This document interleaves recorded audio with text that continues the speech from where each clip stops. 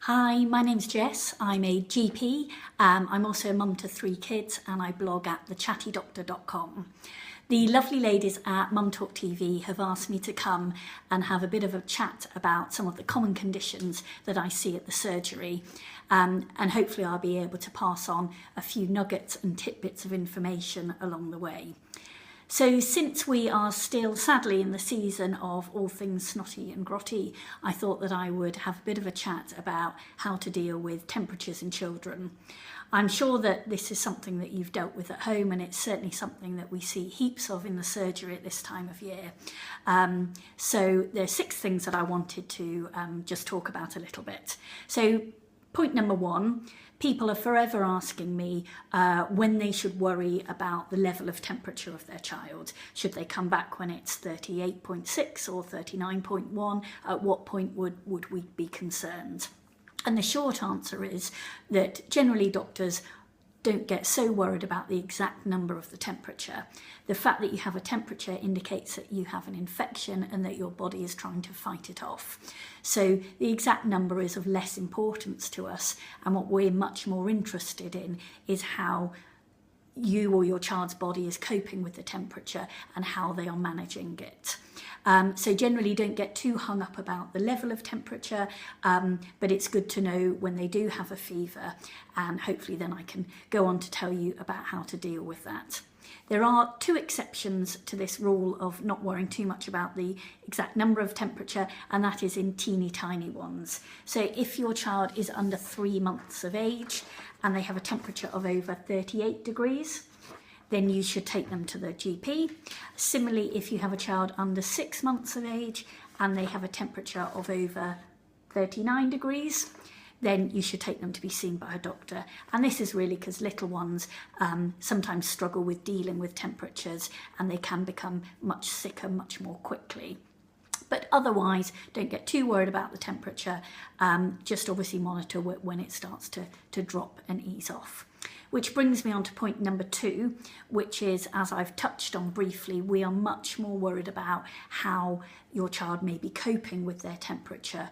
And so there's certain things that we will always look at when you take them to the surgery. So we'll examine them properly, look in their ears, look in their throat. We'll also look at their circulation, look for signs of dehydration, check their breathing, as these can all be markers of your child being more unwell. Obviously, it's quite tricky for you to do those things at home. So there are certain things to look out for if your child does have a temperature. The main thing is whether they're more sleepy than normal, whether they're less alert than normal, they're nodding off on the sofa. They can all be signs that they're getting a bit more drowsy. If they're a bit more floppy, particularly in little ones, if they're not quite as robust as they ordinarily are, then again, that's a sign that they could be becoming more unwell from the temperature. The other thing to watch out for is their breathing. If you notice their chest is going up and down quite quickly, then again, that's a sign that potentially could be of concern, and you should get them seen by your GP. Lastly is the presence of a rash. Rashes and temperatures very often go hand in hand, and it doesn't necessarily mean that there's anything more serious occurring, but obviously I'm sure you're all aware that there are conditions that can cause a very serious rash and a temperature, such as meningitis, so that's something not to mess around with, and you should go and get your child checked out fairly promptly by a doctor. Third thing I want to say is that little ones with temperatures can get dehydrated very quickly because their body is hot. They lose heat very quickly and they can subsequently become dehydrated. So the key is to offer them fluids on a very regular basis. So small amounts regularly throughout the day is the best way to get maximum fluids in and for them to keep them down as well. A sign of them getting dehydrated is if they stop passing water as frequently. So you want to watch out for them having at least a wee in the morning, a wee in the afternoon, and probably a wee as well before bed.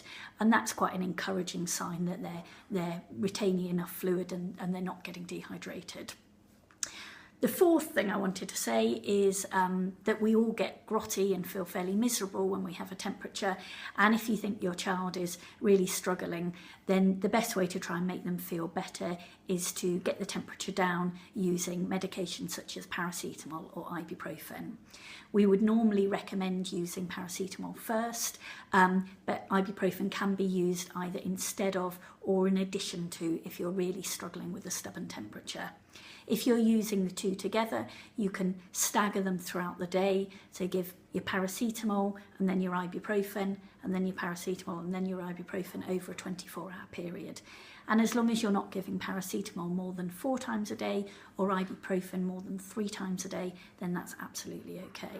And hopefully your child should feel a bit less miserable. Fifth thing I wanted to say is that temperatures can drag on for a number of days, but most doctors would agree that if you get to around 5 days and the temperature's not shifting, they're still having quite high temperatures, then they should be seen by a doctor just to check that there's nothing else going on, that they've not got anything that requires antibiotics or further investigations and so forth. So have that in mind, that 5 days is the time that you would have expected it to perhaps settle on its own. The last thing is it's always useful to invest in a good thermometer. This is the one I use. I bought it at Boots and I use it for patients and for my children. It's what's called a tympanic thermometer. So you just put it in the ear and it gives a very good reliable gauge as to what the temperature's doing. So it's worth investing in one of these. So I hope that was useful. That was my whistle-stop tour through dealing with temperatures at home, and I hope to see you all again soon. Bye-bye.